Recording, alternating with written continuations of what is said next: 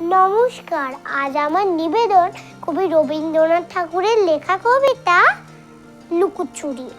আমি যদি দুষ্টুমি করে চাপার গাছে চাপা হয়ে ফুটি, ভোরের বেলা মাগো ডালে পড়ে কচি পাতায় করে লুটোপুটি, তবে তুমি আমার কাছে হারো।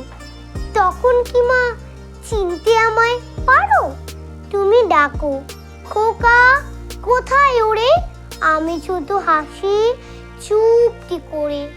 যখন তুমি থাকবে যে কাজ নিয়ে, সবই আমি দেখব নয়ন মিলে। চানটি করে চাপার তলা দিয়ে আসবে তুমি, পিঠেতে চুল ফেলে এখান দিয়ে পুজোর ঘরে যাবে।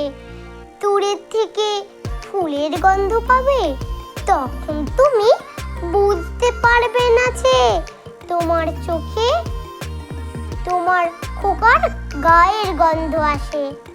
দুপুর বেলা মহাভারত হাতে বসবে তুমি সবার কাউরে, গাছের ছায়া ঘরের জানালাতে পড়বে এসে তোমার পিঠে কোলে। আমি আমার ছোট্ট ছায়াখানি দোলাবো তোর বইয়ের পরে আনি। তখন তুমি বুঝতে পারবে না সে তোমার চোখে খোকার ছায়া বাজে।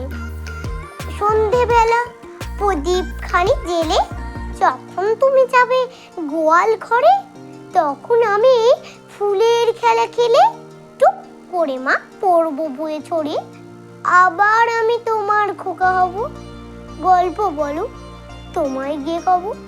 তুমি বলবে দুষ্ট ছেলে কথা, আমি বলবো না সে কথা।